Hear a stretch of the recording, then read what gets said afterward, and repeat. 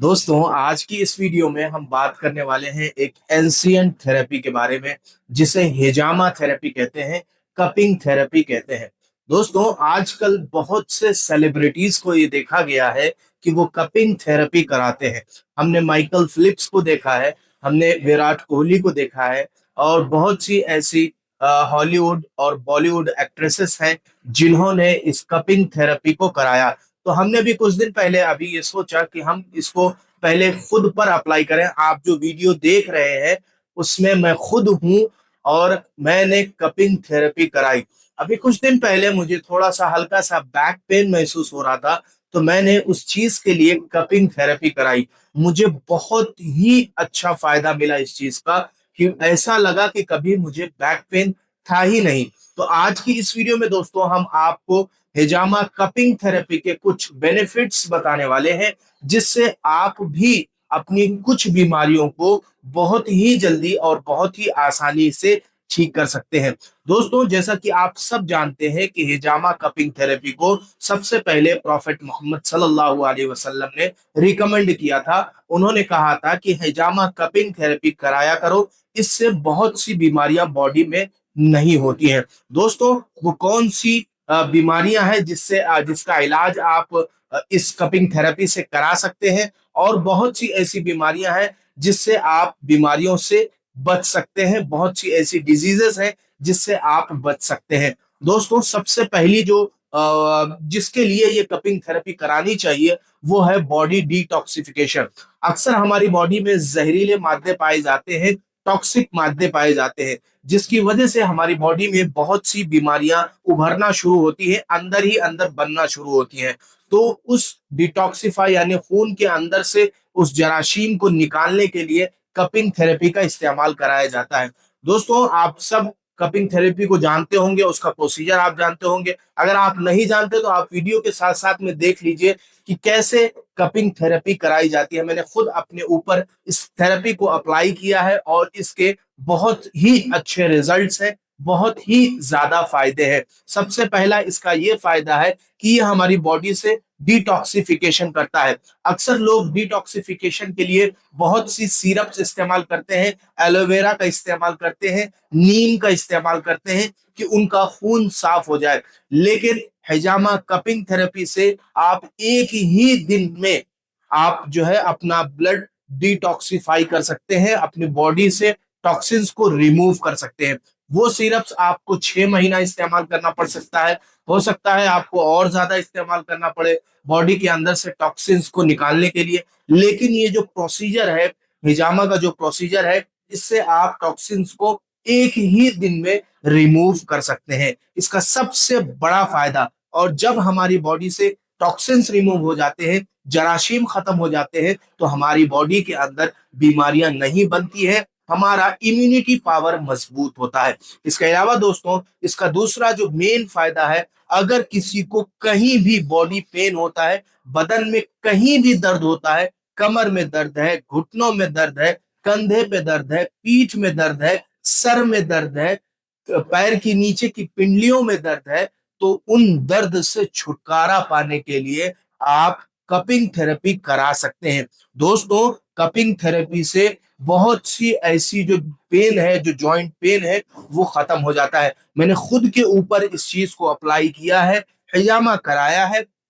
इससे कमर का दर्द बहुत जल्दी और बहुत आसानी से ठीक हो जाता है। दोस्तों, वक्ती तौर पे तो हल्का फुल्का दर्द महसूस होता है, लेकिन उसके बाद ऐसा फायदा मिलता है, ऐसा लगता है कि कभी दर्द था ही नहीं। और हिजामा कराने के बाद साथ साथ में आप कुछ दवाएं भी इस्तेमाल करते हैं, तो इससे आप परफेक्टली अपनी बॉडी के पेन को, दर्द को खत्म कर सकते हैं। दो इसके मेन फायदे हैं, बहुत ज्यादा ये आजकल चल रहा है। बॉडी को फिट रखने के लिए, बॉडी को एक अच्छा शेप देने के लिए, जिन लोगों की बॉडी नहीं बन रही है, गोश्त नहीं चढ़ रहा है या वजन नहीं बढ़ रहा है, वो लोग भी हिजामा करा सकते हैं। दोस्तों, अक्सर हमने बॉडी बिल्डर्स को देखा है कि वो हिजामा कराते हैं। क्यों कराते हैं?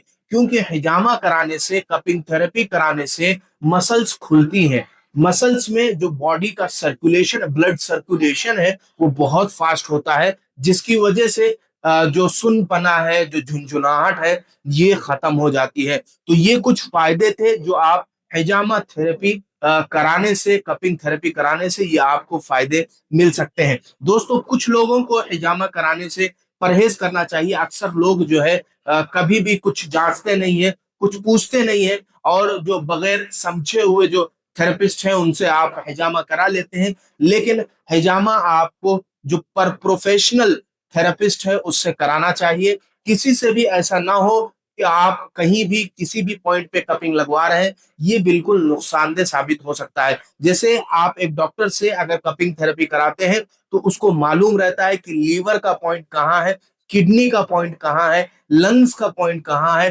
पेट का पॉइंट कहाँ है, इंटेस्टाइन का पॉइंट कहाँ है। या अगर आप दर्द के लिए हिजामा करा रहे हैं तो उसको यह मालूम होना चाहिए कि सियाटिका के पॉइंट्स कहाँ है, सियाटिका नर्व जो होती है वो कहाँ कहाँ ट्रेवल करती है, कहाँ कहाँ जाती है।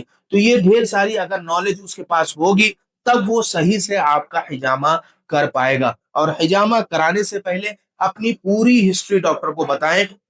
अगर आपको हीमोफीलिया जैसी बीमारी है, जैसे हीमोफीलिया उस बीमारी को कहते हैं जिसमें अगर आपको कहीं कट लग जाता है तो खून जल्दी रुकता नहीं है, उसको रोकने के लिए बहुत ज्यादा मतलब परेशानी उठानी पड़ती है। तो हीमोफीलिया के मरीज खास तौर पे हिजामा ना कराएं, इनको डॉक्टर्स भी रिकमेंड ना करें। सबसे पहले उनसे ये पूछें कि आपकी जो हिस्ट्री है वो क्या है। हीमोफीलिया के मरीज हिजामा ना कराएं। तो ये कुछ चीजें थी, कुछ पॉइंट्स थी। मैंने सोचा, मुझे भी बैठे बैठे एक ख्याल आया कि मैंने भी हिजामा कराया है, तो आप लोगों को भी कुछ मालूमात हो जाए हिजामा कैसे कराया जाता है। बहुत से लोगों के दिमाग में, जहन में कुछ सवालात पैदा हैं इस थेरेपी को लेकर। तो जो है ये बहुत ही अच्छी थेरेपी है, मैंने खुद इसको अपने ऊपर अप्लाई कराई है। अक्सर चाइना के जो लोग रहने वाले हैं वो लोग हर 2-4 महीने में, 5 महीने में एक बार कपिंग तो जरूर करा लेते हैं, क्योंकि इससे जो है अंदर के जो टॉक्सिन्स है वो खत्म होते हैं, जिसकी वजह से बड़ी बीमारियां करीब नहीं आती है।